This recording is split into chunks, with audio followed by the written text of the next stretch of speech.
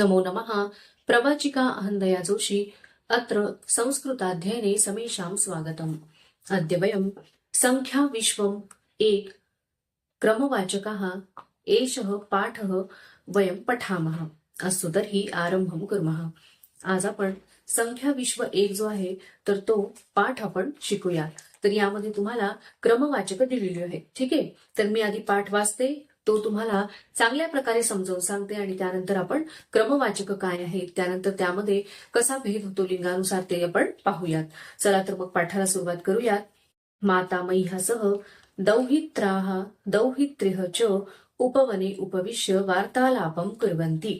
तुम्ही काय करायचं, तुमचं जे संस्कृतचं पुस्तक आहे ते समोर ठेवायचं आणि त्यामध्ये बघायचं मी कशा प्रकारे उच्चारण करते। तर ते जे उच्चारण आहे तर ते सुद्धा खूप महत्वाचं आहे। तर मी उच्चार कसा करते ते तुम्ही बघायचं, ते ऐकायचं आणि तशा प्रकारे उच्चारण करण्याचा तुम्ही प्रयत्न करायचा। कारण बऱ्याच मुलांना संस्कृत उच्चारण करताना थोडासा प्रॉब्लेम येतो, तर त्यामुळे मी कसं उच्चार करते आहे ते तुम्ही शांततेने ऐका। तर त्यानंतर तसं उच्चारण करायचं आणि त्याचा अर्थ सुद्धा आपण जाणून घेऊयात। बघा, माता मह्यासह म्हणजे काय की आजीसोबत, नातू दौहित्राः आणि दौहित्रेह नातू आणि नाती जे आहेत तर त्या बगीच्यामध्ये उपवनामध्ये बसून वार्तालापम कुर्वन्ति म्हणजे गप्पा मारत असतात, ठीक आहे। त्यानंतर बघा पृथा काय म्हणते, आनंदेन, आनंदाने काय म्हणते, मातामही कियन्तः वृक्षाः सन्ति अस्माकम् उपवने। तर आपल्या या बगीच्यामध्ये किती झाडं आहेत। तर मातामही आजी काय म्हणते, अपि अभिजानीथ के वृक्षाः येते। तर तुम्हाला जाणून घ्यायचंय का की हे वृक्ष किती आहेत, नामानी कथयेत। तर मग नाव सांग। वेणू एषः प्रथमः आम्रवृक्षः। तर हे तुम्ही हे तुम्हाला माहित आहेत का, हे वृक्ष किती आहेत, तर नाव सांगा। तर वेणू म्हणते एषः प्रथमः वृक्षः आम्रवृक्षः। तर हा पहिला वृक्ष जो आहे तर तो काय आहे, आंब्याचं झाड आहे, आम्रवृक्ष, ठीक आहे। त्यानंतर द्वितीयः च कदली वृक्षः आणि दुसरं काय आहे, केळीचं झाड आहे, ठीक आहे। त्यानंतर बघा पृथा म्हणते अत्र तृतीयः डाळिंब वृक्षः आणि तिसरा कोणता आहे तर तो आहे डाळिंबाचं झाड। त्यानंतर सुधेंदू म्हणतो चतुर्थः च नारंग वृक्षः आणि नंतर चौथं जे आहे तर ते संत्र्याचं आहे। त्यानंतर वेणू काय म्हणते, हो हो न केवलम प्रथमः वृक्षः अपि तु वृक्षाणां प्रथमा आवलीही एव आम्रवृक्षाणां। तर मग फक्त पहिलाच झाड नाही तर संपूर्ण जी पहिली रांग आहे, आवली ही म्हणजे काय, रांग किंवा ओळ, तर ती सगळी कशाची आहे, आंब्याच्या झाडांची आहे। द्वितीया कधीही वृक्षाणां आणि दुसरी कशाची आहे तर केळीच्या झाडांची। आणि पृथा काय म्हणते, तृतीया डाळिंबानां चतुर्थीच्या नारंगानां आणि तिसरी कशाची आहे, डाळिंबाची आणि चौथी काय आहे तर ती संत्र्यांची। तर मातामही काय म्हणते, साधू बालकाः, छान, खूप छान मुलांनो, सुष्ठु अभिज्ञातम, चांगल्या प्रकारे तुम्हाला समजलेलं आहे। अपि जानीथ प्रथम द्वितीय तृतीय एते शब्दाः नाम क्रमवाचक संख्या विशेषणानि कथम उपयुज्यन्ते इमानी। आणि मग त्यांची आजी त्यांना विचारते की प्रथम द्वितीय आणि तृतीय तर हे शब्द जे आहेत तर याला काय म्हटलं, याला काय म्हणतात, क्रमवाचक संख्या विशेषण। आणि ती कशा प्रकारे त्याचा उपयोग करतात हे माहित आहे का तुम्हाला। आता तुम्ही यापूर्वीचाच पण पाठ पाहिलेला आहे। तर यापूर्वी आजी तिच्या नातवांसोबत गप्पा गोष्टी करत असते आणि त्या अशा प्रकारे ती संख्यावाचक त्या मुलांना शिकवते। तर इथे सुद्धा आता क्रमवाचक शिकवलेली आहेत बघा। वेणू प्रथमः बालकः, प्रथमा बालिका, प्रथमं गृहं, तर पहिला मुलगा, पहिली मुलगी आणि पहिलं घर। सुधेंदू तथैव द्वितीयः द्वितीया द्वितीयं। मग पृथा काय म्हणते, तृतीयः तृतीया तृतीयं च। मग मातामही म्हणजे आजी पुन्हा म्हणते उत्तमम, फारच छान, तुम्हाला सगळंच माहित आहे। किंतु चतुर्थतः स्त्रीलिंग रूपाणी चतुर्थी पंचमी षष्ठी इत्यादीनी भवन्ति। पण 4 या संख्येपासून ती रूप कशी होतात स्त्रीलिंगामध्ये, चतुर्थी पंचमी आणि षष्ठी अशी होतात। त्यानंतर पृथा काय म्हणते, अतएव नागपंचमी, रथसप्तमी, आषाढ एकादशी, अनंत चतुर्दशी इत्यादीनी तिथी नामानी भवन्ति खलु। आणि म्हणूनच मग कसं म्हणतो आपण, नागपंचमी म्हणतो, ठीक आहे, रथसप्तमी म्हणतो, त्यानंतर आषाढी एकादशी म्हणतो, अनंत चतुर्दशी म्हणतो, ठीक आहे। तर अशा प्रकारे इकारांत अशी ही रूप होतात. कुठपासनं? चतुर्थीपासनं. त्यानंतर बघा आजी काय म्हणते, सम्यक तर्हि क्रमवाचकानी उपयुज्य इतोपि वाक्यानी वदत. तर मग आता क्रमवाचकांचा उपयोग करून तुम्ही अजून वाक्य तयार करा. सुधेंदू म्हणतो, अहम प्रथमे तले वसामी. तर मी प्रथम तळावर बसणार आहे, प्रथम जागेवरती. पाठशालायाम मम वर्ग हतु द्वितीय तले. ठीक आहे, पण शाळेमध्ये माझा वर्ग कुठे आहे? तर दुसऱ्या तळावर. ठीक आहे. त्यानंतर वेणू म्हणते, गतवर्षे अहम नवम्याम कक्षायाम पठामी स्म. गेल्या वर्षी मी 9वी कक्षेमध्ये होते, 9वी मध्ये. अस्मिन् वर्षे दशम्याम कक्षायाम पठामी. पण यावर्षी मी 10वी मध्ये आहे. अग्रिमे वर्षे एकादश्याम कक्षायाम पठिष्यामी.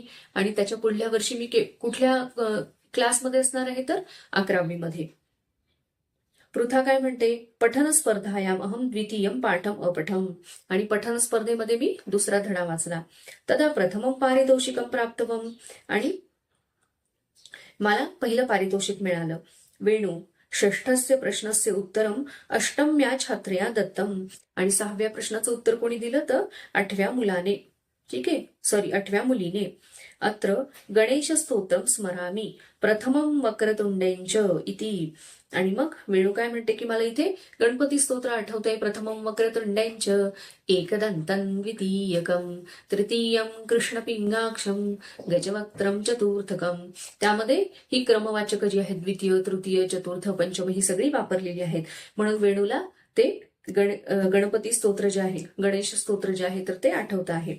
मग मातामही काय म्हणते, आजी काय म्हणते, बाढम बाढम. ठीक आहे, खूपच छान. अस्य कृते युष्माकम पारितोषिकम नाम मधुराणी फलानी. आणि तुम्हाला यासाठी पारितोषिक काय मिळणार आहे? तर खूप गोड अशी फळं. यावंती फलानी इच्छत तावंती खादत. आणि जी फळं तुम्हाला पाहिजे आहेत तर ती तुम्ही यथेच्छ खा. आता आपण काय बघितलं या पाठामध्ये? क्रमवाचक. तुम्हाला माहिती आहे की यापूर्वी सुद्धा जी तुम्हाला संख्यावाचक शिकवली होती तर ती सुद्धा अशी संवाद रूपाने शिकवलेली होती. ठीक आहे, तर ही जी क्रमवाचक आहेत तर ही कशी आहेत? लिंगानुसार त्यामध्ये भेद आहे. कसं कसं बघा, तुमच्या पुस्तकामध्ये दिलेलं आहे. तर पुल्लिंग जो आहे त्यामध्ये भेद आहे. त्यानंतर स्त्रीलिंगानुसार त्यामध्ये भेद आहे. ठीक आहे, त्यानंतर नपुंसक लिंगानुसार त्यामध्ये भेद आहे. ठीक आहे, नपुंसक लिंगानुसार सुद्धा त्यामध्ये भेद आहे. तुमच्या पुस्तकामध्ये दिलेले बघा, प्रथम, त्यानंतर प्रथमा. ठीक आहे, ही स्वरांत असल्यामुळे आपण देव वनमाला या शब्दांप्रमाणे तिची रूप तयार करतो. आणि नपुंसक लिंगामध्ये प्रथमम अशा प्रकारे. आलं लक्षात? तर तुमच्या पुस्तकामध्ये ही दिलेली आहेत ही क्रमवाचक. क्रमवाचक म्हणजे काय? पहिला, दुसरा, तिसरा, आपण असा उल्लेख जो मराठीमध्ये करतो की नाही त्यालाच आपण काय म्हणतो? क्रमवाचक. First, second, third. तर ती संस्कृतमध्ये त्याला क्रमवाचक असं म्हटलं जातं. तर यामध्ये ही जी संख्या क्रमवाचक आहेत तर ती विशेषण आहेत. म्हणून ती काय आहेत? ती कर्त्याच्या लिंगवचन विभक्तीनुसार त्यामध्ये परिवर्तन होणार. तर म्हणून आपल्याला तिन्ही लिंगांमध्येही पाहायला मिळतात. ठीक आहे, तर बघा तुमच्या पुस्तकामध्ये दिलेली आहे प्रथमा प्रथमम. त्यानंतर द्वितीय द्वितीया द्वितीयम. तृतीय तृतीया तृतीयम. त्यानंतर चतुर्थ. आता तुम्हाला इथे आपण बघितलं या पाठामध्ये की चतुर्थी या संख्येपासून स्त्रीलिंगानुसार भेद आहे. तिथे चतुर्था नाही होणार तर काय होईल? चतुर्थी. चतुर्थी चतुर्थम. पंचमी, षष्ठी, सप्तमी, अष्टमी, नवमी, दशमी अशा प्रकारे. आलं लक्षात? त्यानंतर याचं संभाषापत्रम आपण बघूया. तर मला असं वाटतं हे तुम्हाला चांगल्या प्रकारे समजलेलं असावं. आपण काय बघितलं की आपण क्रमवाचक बघितली. पहिला, दुसरा, तिसरा या अर्थाने आपण संस्कृतमध्ये क्रमवाचक वापरतो. तर यामध्ये काय आहे? लिंगानुसार भेद आहे. ठीक आहे, पुल्लिंग आणि स्त्रीलिंग आणि नपुंसक लिंगानुसार याची रूपं वेगवेगळी होतात. त्यानंतर आपण काय बघितलं की स्त्रीलिंगामध्ये प्रथम ते तृतीय संख्येपर्यंत प्रथमा, द्वितीय, तृतीय अशी त्याची रूपं होतील. पण ज्या वेळेला चतुर्थीपासून पुढची रूपं कशी होणार? त्याला इकार लावला जाणार. आणि चतुर्थी, पंचमी, षष्ठी, सप्तमी अशा प्रकारे ती आपण क्रमवाचक तयार करणार. त्यानंतर बघा संभाषापत्रम. तर यामध्ये पहिला प्रश्न आहे संख्यायानम पूरयत. तर पहिले दिलेले आहे बघा आसंदह. आसंदह काय आहे? पुल्लिंगामध्ये आहे. म्हणून कसं येईल? प्रथम आसंद. त्यानंतर भवनम जे आहे तर ते आहे नपुंसकलिंगामध्ये. म्हणून मग तिथे आपण ज्या वेळेला क्रमवाचक वापरणार तेव्हा ते कसं नपुंसकलिंगामध्ये वापरणार, तर ते असं होईल बघा, द्वितीयम. द्वितीयम भवनम. आता हा प्रश्न काय आहे? संख्या यानम पूरयत. यान म्हणजे काय? ट्रेन. ट्रेन इथे दिलेली आहे. ठीक आहे, मी आधी प्रश्न लिहिते इथे. संख्या यानम पूरयत असा तो प्रश्न दिलेला आहे.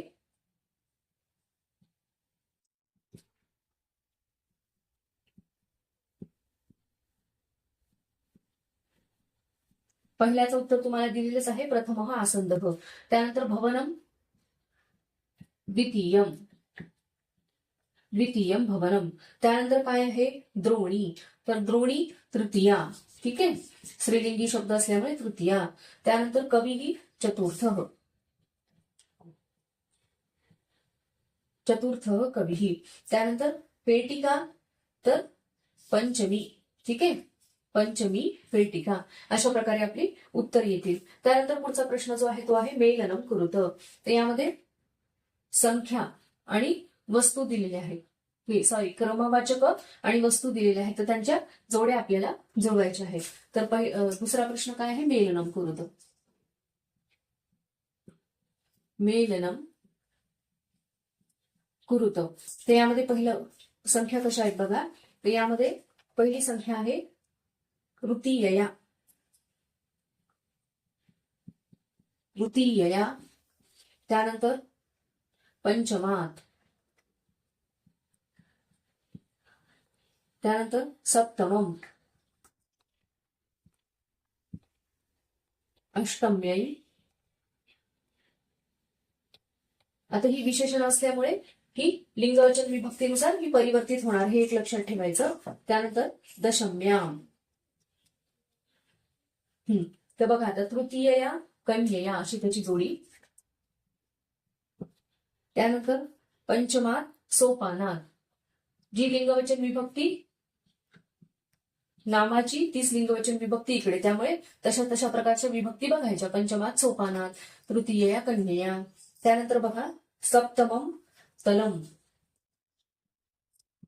त्यानंतर अष्टम्यै देव्यै.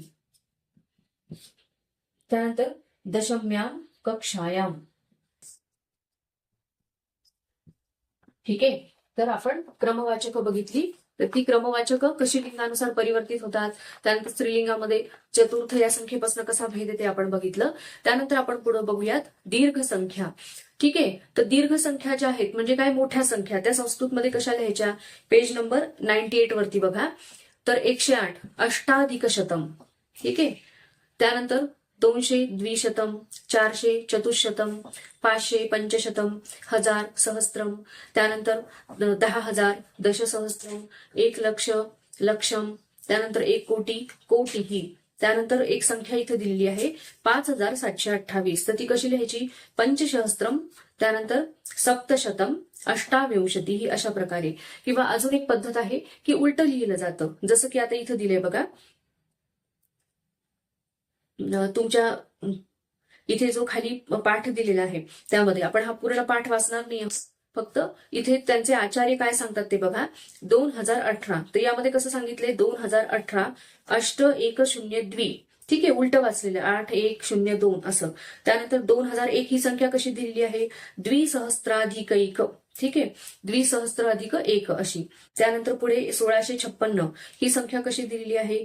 1 सहस्त्रम षट शतम षट पंचाशत अशा प्रकारे. ठीक आहे, तर आपण दोन्ही प्रकारे संख्या सांगू शकतो. एक सरळ जसं की 1 सहस्त्रम, द्विसहस्त्रम, 1000, 2000 जसं आपण मराठीमध्ये सांगतो. त्यानंतर असं उलट्या प्रकारे पण सांगू शकतो. आता आपण जसं बघितलं होतं तसं, जसं की अष्ट 1 0 द्वि अशा प्रकारे दोन्ही प्रकारे आपण या संख्या सांगू शकतो. तर आजचा जो पाठ आहे तो येथे संपलेला आहे. माझा जर व्हिडिओ तुम्हाला आवडला असेल तर लाईक करा, शेअर करा आणि माझ्या YouTube चॅनलला सबस्क्राईब करा.